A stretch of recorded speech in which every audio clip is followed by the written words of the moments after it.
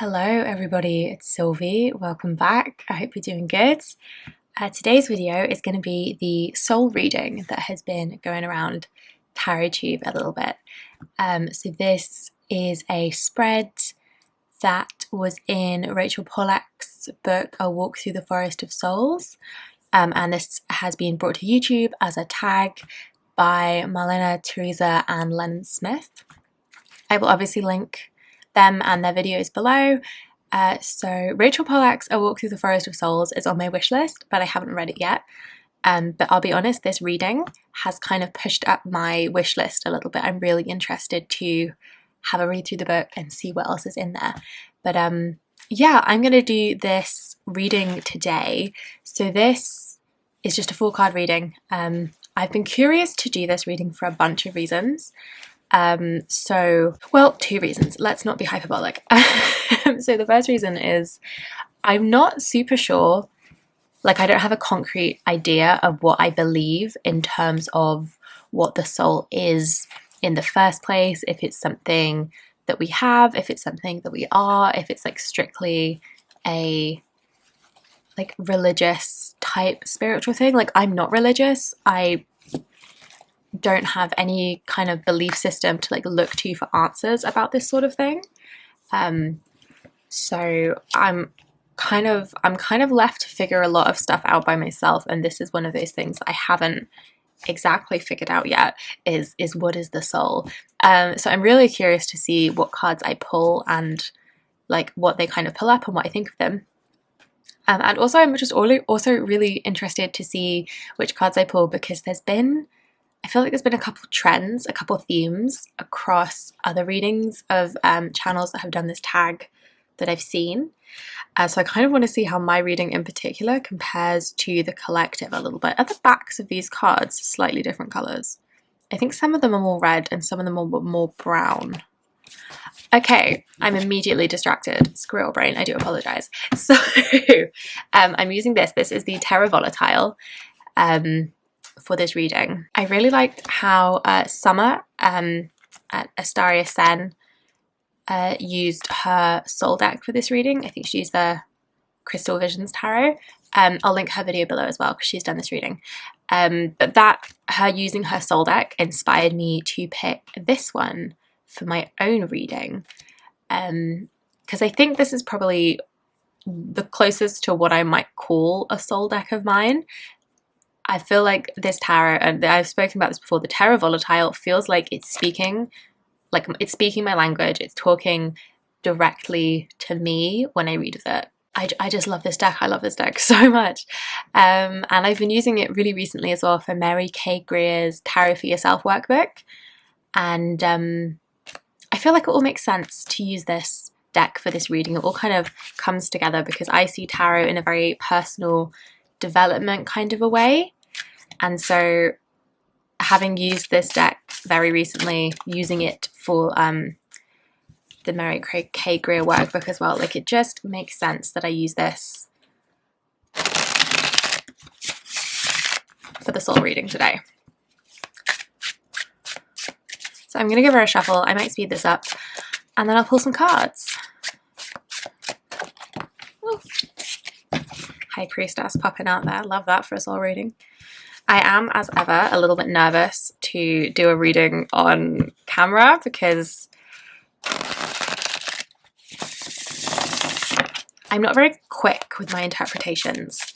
I always think that I'm not a very quick thinker in general. Like I like to take my time and kind of revisit things a few times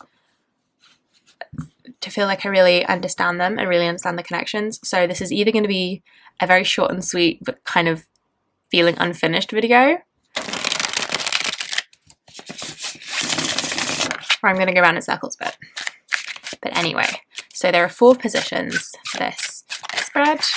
Oh, who is that? The magician. I don't read jumpers because I'm not a very good shuffler, so I have a lot of jumpers, but I do kind of like Page of Coins to like see. I really can't read shuffle. I like to kind of see who jumps out, just as like a point of interest.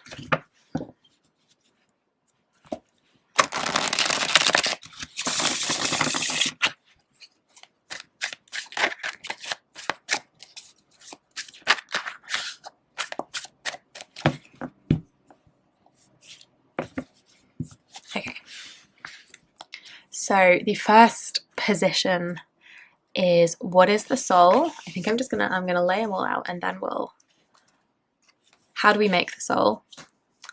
What does it demand of us? And what does it give us? Taking a sip of my coffee before I start reading. Okay, so position 1, what is the soul? Ooh, Fortuna. Okay, so this is the Wheel of Fortune. So the cool thing about the Terra Volatile is that there are loads of additional cards you can swap in and out. So I've got Fortuna here instead of a more traditional Wheel of Fortune. But what is the soul?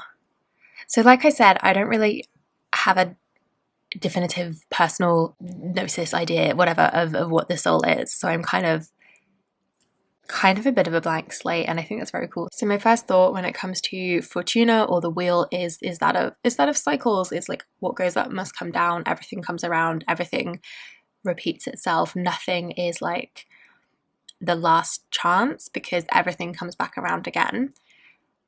And like in the context of the soul, I quite like how that resonates with the idea of and like this is not something I personally believe in, that of like karma and of past lives and reincarnation and that kind of repeating cycle. Like I said, this is all from like this is not a personal perspective of mine of like past lives and reincarnations. I'm not making any judgments either way. It's just not something I like especially personally believe in. But I do like how that's brought up by this Fortuna card, and that idea of everything repeating, everything cycling back round. Like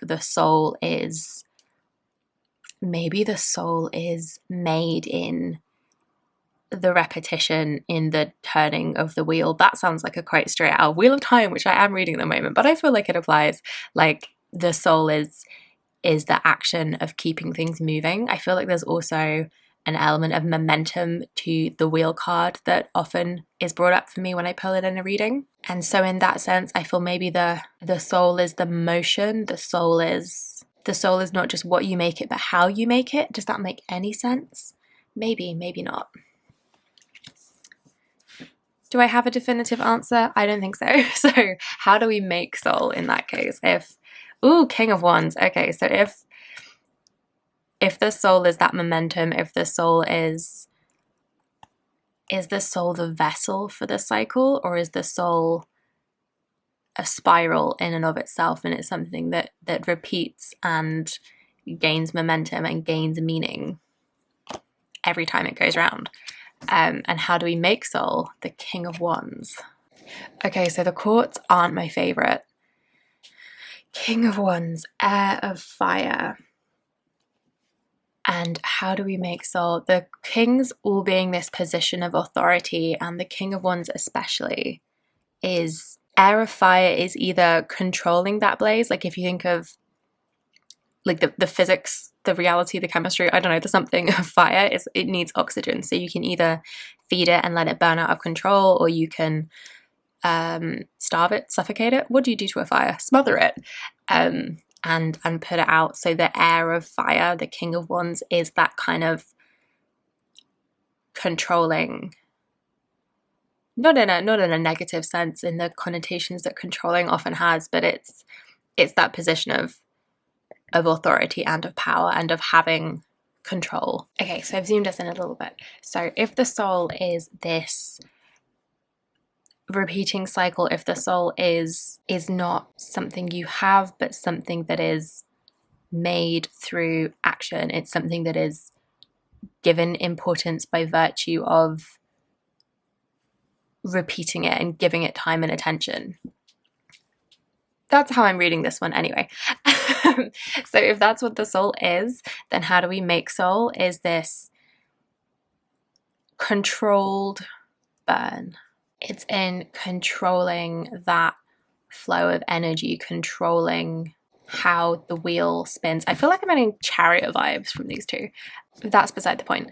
I feel like the King of Wands is somebody who has a lot of that power, has a lot of that control, but is careful in using it. I feel like he's ready to spring into action, but would prefer to create a status quo that can just be maintained. Does that make sense? So in terms of how do we make soul, we create that status quo, we create that kind of track for the wheel to turn in. I think that's where that's going, or at least where I'm going with it. What does it demand of us? Ooh, 5 of Cups. I feel like there's been a lot of 5s in this third position. This is one of those like trends of these readings that I've seen. I feel like it's been a lot of 5s in this third position. So what does it demand of us? Ooh, strife, difficulty. Nobody likes the 5s, do they? Personally, I also really especially don't like the 5 of Cups.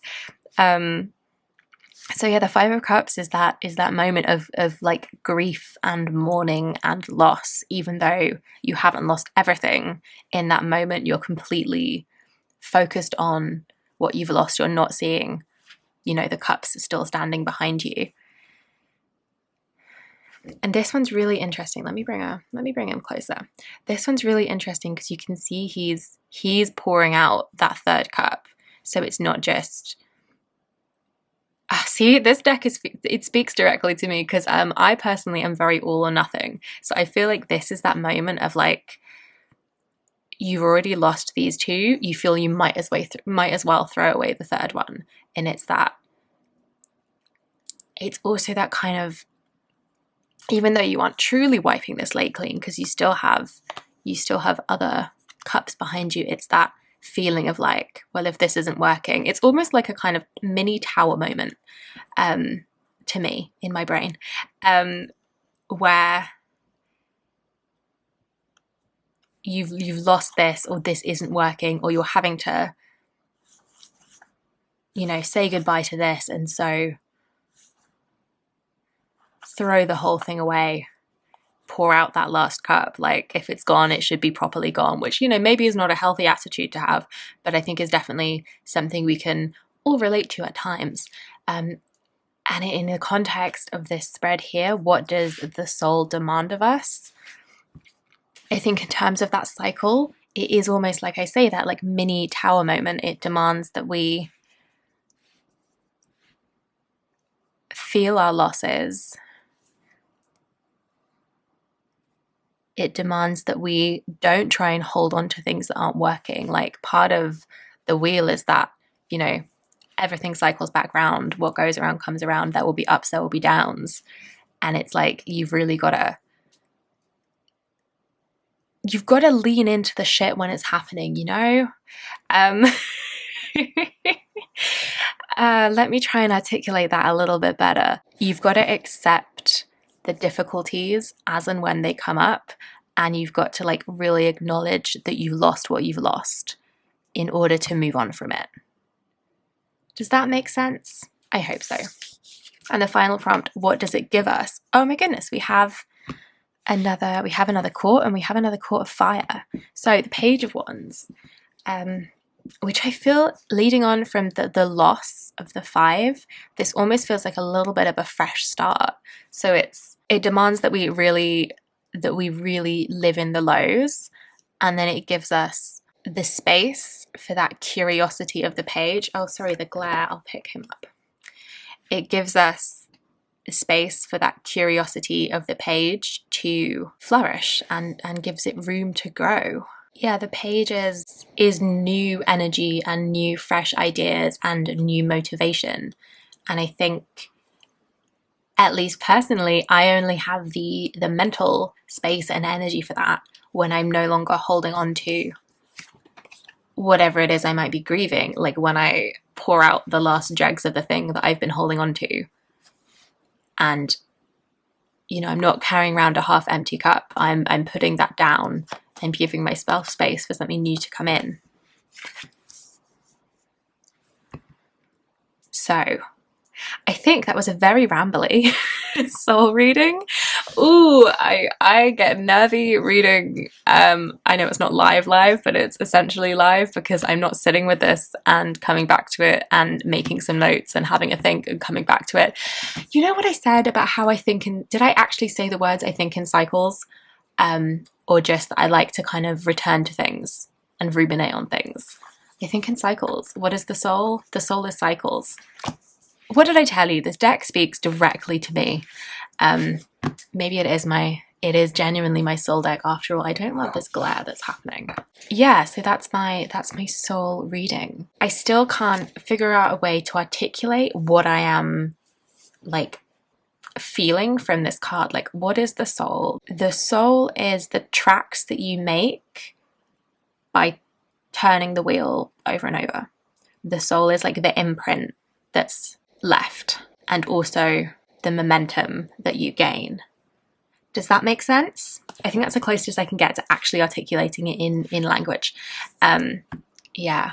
I also think this is interesting. Like, we make it with the King of Wands, and then it gives us, like, this in itself is almost like a mini cycle. It gives us the page, like the earliest point in the court, and then we make soul with reaching that highest point in the court, and it's almost like a mini cycle in and of itself. Ooh, okay. This was a really good little reading. I'm glad that I did it. I hope that you stuck with me through my very rambly rambles. But I'm going to leave that here. So thank you very much for watching. Thank you to Malina and Lennon for bringing this reading to YouTube. I've really enjoyed watching other people's take on this tag, and I will continue to watch other people's take on this reading because I think it's a really interesting one. So yeah, thank you very much for watching and for spending some time with me. I hope that you've enjoyed, and I will see you in the next one. Bye bye.